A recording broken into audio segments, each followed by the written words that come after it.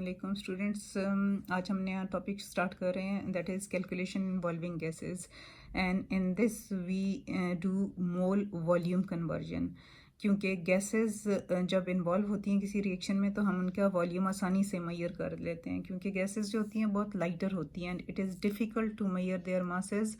what we do, we usually measure their volumes. अब volume जो होता है गैस का वो तीन चीज़ों पे डिपेंडेंट होता है, एक टेम्परेचर पे, एक प्रेशर पे और एक नंबर ऑफ पार्टिकल्स पे। इफ़ वी इंक्रीज, यहाँ इसको एग्जांपल के साथ समझते हैं। एक हम सिलेंडर ले लेते हैं, उसमें मूवेबल पिस्टन लगाते हैं और उसके साथ अंदर एक गैस इनक्लोज करते हैं। When we increase the temperature of gas तो क्या होगा, गैस के पार्टिकल्स की काइनेटिक एनर्जी इंक्रीज होगी और उनका वो क्या होगा, पिस्टन को ऊपर की तरफ पुश करेंगे और वॉल्यूम गैस का क्या हो जाएगा, इंक्रीज़ होगा। मींस के टेम्परेचर इंक्रीज़ करने से गैस का वॉल्यूम इंक्रीज़ होता है और टेम्परेचर को कम करें तो वॉल्यूम क्या होता है, कम हो जाता है। इसी तरह से प्रेशर और वॉल्यूम का भी आपस में रिलेशनशिप है। अगर हम प्रेशर इंक्रीज़ करते हैं, यानी गैस के पिस्टन के ऊपर यहाँ पे वेट्स रख देते हैं, तो क्या हो जाएगा, प्रेशर इंक्रीज़ हो जाएगा। और क्योंकि गैस के पार्टिकल्स दूर दूर होते हैं, इनके दरमियान स्पेसेस होती हैं, तो ये पार्टिकल्स एक दूसरे के क्या होंगे, जब बाहर से प्रेशर आप इंक्रीज़ करेंगे तो दीज पार्टिकल कम क्लोज़र, तो इनका क्या हो जाएगा, वॉल्यूम डिक्रीज़ हो जाएगा। यानी प्रेशर इंक्रीज़ करेंगे तो वॉल्यूम क्या हो जाएगा, डिक्रीज़, और प्रेशर को अगर आप कम करते हैं तो वॉल्यूम क्या हो जाएगा, इंक्रीज़ हो जाएगा। इसी तरह से नंबर ऑफ़ पार्टिकल्स को जब आप इंक्रीज़ करते हैं तो वॉल्यूम क्या हो जाता है, ज़्यादा, क्योंकि ज़ाहिर है ज़्यादा पार्टिकल्स हैं तो उनको ज़्यादा स्पेस चाहिए, ज़्यादा वॉल्यूम चाहिए, तो उनका वॉल्यूम क्या हो जाएगा, गैस का इंक्रीज़ हो जाएगा। और अगर आप नंबर ऑफ़ पार्टिकल्स को कम करेंगे तो उनका वॉल्यूम गैस का क्या हो जाएगा, कम हो जाएगा। इसका एग्जांपल देखें, इससे समझ लें कि एक छोटा सा रूम है, उसके अंदर 10 लड़के बैठे हैं। अब उसी रूम में मैं अगर 50 लड़के ला के बिठाऊँ तो उसमें नहीं पूरे आते। उसके लिए I need a bigger room, तो मुझे बड़ा कमरा चाहिए। सो एवोगैड्रो ने क्या किया, एवोगैड्रो साइंटिस्ट था जिसने इन तीनों चीज़ों को रिलेट किया वॉल्यूम के साथ। तो उसने क्या रखा, उसने टेम्परेचर और प्रेशर को कांस्टेंट रखते हुए ये कहा कि अगर वो सेम नंबर ऑफ पार्टिकल्स लेता है तो उस ऐसी गैसेस क्या हैं, गैसेस क्या करती हैं, सेम वॉल्यूम ऑक्यूपाई करती हैं। तो उसका लॉ क्या था कि that equal volumes of all gases at same temperature and pressure contain equal number of particles.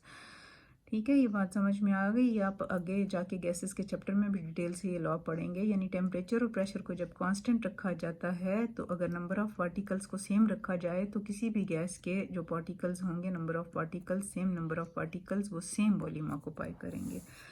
अच्छा, अब हम पढ़ते हैं कंडीशंस, एसटीपी की कंडीशंस। एसटीपी क्या होता है, एसटीपी जो है ये क्या है, स्टैंडर्ड टेम्परेचर एंड प्रेशर कहते हैं इसको। और स्टैंडर्ड टेम्परेचर क्या होता है, 0 डिग्री सी, और अगर केल्विन में देखें तो 273 केल्विन। और प्रेशर क्या होता है, standard 1 atmosphere.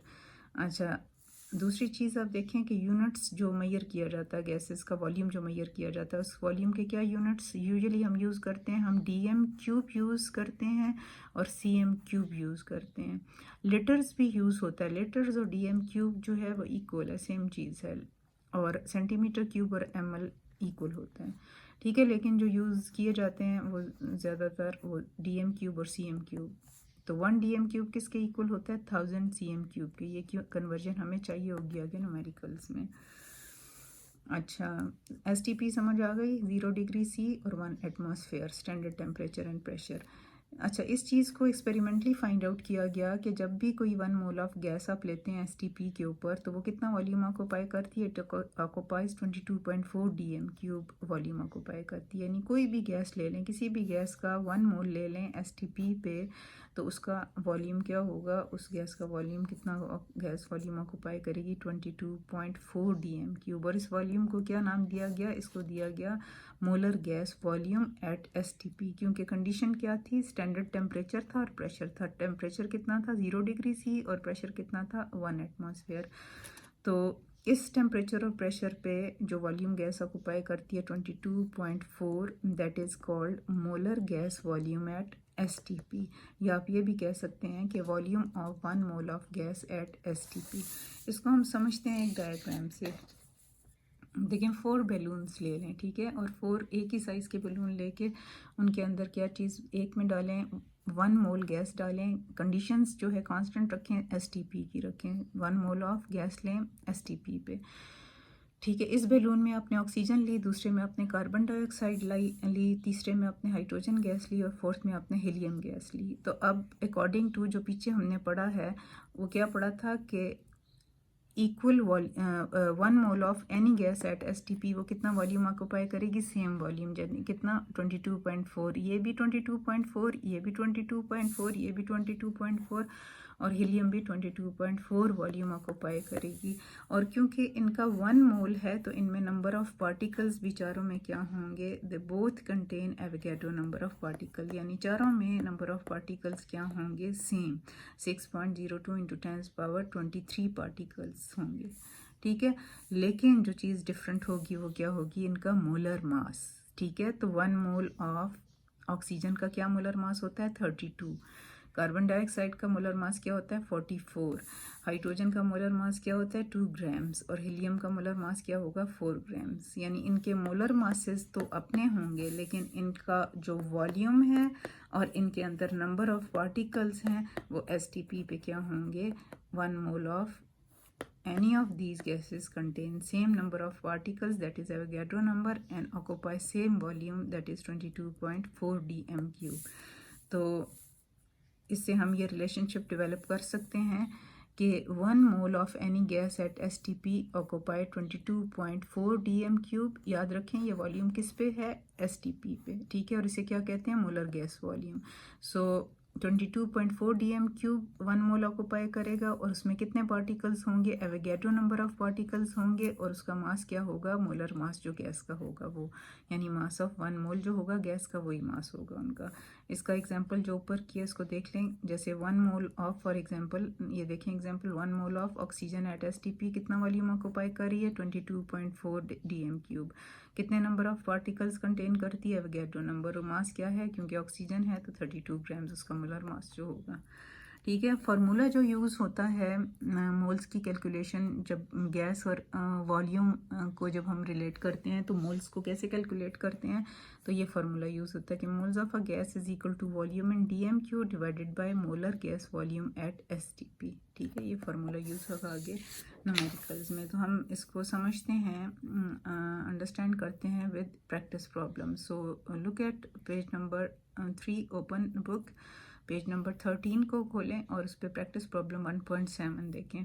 Calculate the number of molecules in 11.5 dm³ of nitrogen eight STP। यानी आपने 11.5 dm³ आपको वॉल्यूम गिवन है इन डेसीमीटर क्यूब नाइट्रोजन का STP पे, और आपने क्या चीज़ कैलकुलेट करनी है, आपने नंबर ऑफ मॉलिक्यूल्स कैलकुलेट करने हैं नाइट्रोजन के। तो सबसे पहले आप क्या करेंगे, मोल्स में कन्वर्ट करेंगे कि इस वॉल्यूम के अंदर कितने मोल्स प्रेजेंट हैं। तो ये फार्मूला यूज़ करेंगे जो पीछे हमने किया है। ठीक है, तो 11.5 आपके पास वॉल्यूम डेसीमीटर क्यूब में गिवन है ये, और मोलर गैस वॉल्यूम क्या होता है, 22.4 dm³ होता है STP पे।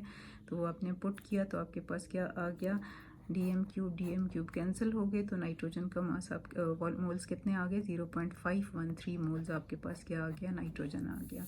अब हमने जो प्रीवियस टॉपिक में हमने किए थे नंबर ऑफ पार्टिकल्स कैलकुलेट करने के लिए जो फार्मूला यूज़ होगा वही हम यूज़ करेंगे यहाँ पे, क्योंकि हमने क्या चीज़ कैलकुलेट करने हैं, नंबर ऑफ मॉलिक्यूल्स नाइट्रोजन के कैलकुलेट करने हैं। तो number of particles is equal to mole into Avogadro number.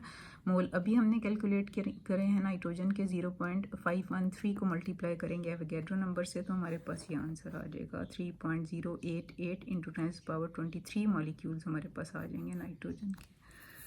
अच्छा, इसी प्रैक्टिस प्रॉब्लम का जो सेकंड क्वेश्चन है वो क्या है, what is volume of 3 moles of oxygen at STP। यानी वॉल्यूम इन dm³ आपने कैलकुलेट करना है 3 मोल्स ऑफ ऑक्सीजन का। तो आप क्या फार्मूला यूज़ करेंगे, ये जो अभी हमने पढ़ा था।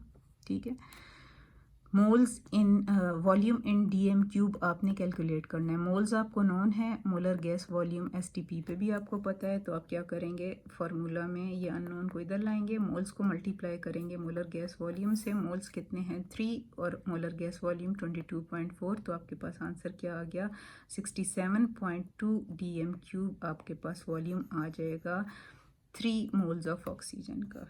ठीक हो गया। अच्छा, अगला क्वेश्चन इसी का प्रैक्टिस प्रॉब्लम 1.7 जो है पेज नंबर 13 पे, इसी का जो थर्ड क्वेश्चन है। थर्ड क्वेश्चन है कि आपने क्या चीज़ कैलकुलेट करनी है। कैल्शियम कार्बोनेट रिएक्ट करता है HCl के साथ तो क्या चीज़ प्रोड्यूस होती है, कार्बन डाइऑक्साइड। और कार्बन डाइऑक्साइड के कितना वॉल्यूम प्रोड्यूस होता है, उसका वॉल्यूम जब मेजर करते हैं तो 80 cm3, ठीक है, STP पे। तो हमने क्या चीज़ कैलकुलेट करनी है, नंबर ऑफ मॉलिक्यूल्स आपने कैलकुलेट करने हैं कार्बन डाइऑक्साइड के। क्वेश्चन में ये पूछा गया है। तो 80 cm3 को पहले तो हम कन्वर्ट करेंगे, हमने क्योंकि मोल्स फाइंड आउट करने हैं और मोल्स का फार्मूला क्या होता है ये, ठीक है, volume in dm³ divided by molar gas volume, क्योंकि STP की कंडीशंस क्वेश्चन के अंदर गिवन है। तो इस फार्मूला को यूज़ करने के लिए हमें क्या करना पड़ेगा, 80 cm³ को हमें कन्वर्ट करना पड़ेगा dm³ में। तो as we know 1 dm³ is equal to 1000 cm³। तो आपका आंसर क्या आ जाएगा, 80 को डिवाइड करेंगे 1000 से तो क्या आ गया आपके पास 0.08 dm³ आपके पास आंसर आ गया, ठीक है। फार्मूला में पुट किया तो आपके पास जो मोल्स आए वो आपके पास आ गए 0.00357 मोल्स आ गए कार्बन डाइऑक्साइड के, ठीक हो गया। अब आपने इन मोल्स में क्या चीज़ कैलकुलेट करनी है, नंबर ऑफ पार्टिकल्स। तो उसका फार्मूला हमें पता है कि हम मोल्स को किससे मल्टीप्लाई करते हैं, एवोगैड्रो नंबर से। तो नंबर ऑफ मॉलिक्यूल्स क्योंकि कार्बन डाइऑक्साइड के हमने कैलकुलेट करने हैं, इस मोल के अंदर कितने हैं, तो मोल्स को मल्टीप्लाई करेंगे एवोगैड्रो नंबर से तो हमारे पास आंसर क्या आ जाएगा, 2.15 × 10⁻21 मॉलिक्यूल्स आ जाएंगे कार्बन डाइऑक्साइड के, जो किस में प्रेजेंट होंगे, 80 cm³ में। इसमें हमने नंबर ऑफ मॉलिक्यूल्स कैलकुलेट करने थे कि इस वॉल्यूम में कितने मॉलिक्यूल्स हैं। तो इस वॉल्यूम में 80 cm³ में कितने हमारे पास मॉलिक्यूल्स आ गए, ये। अच्छा, नेक्स्ट जो एक्सरसाइज का क्वेश्चन है इसी टॉपिक से रिलेटेड, वो हम नेक्स्ट वीडियो में करेंगे। ओके, अल्लाह हाफिज़।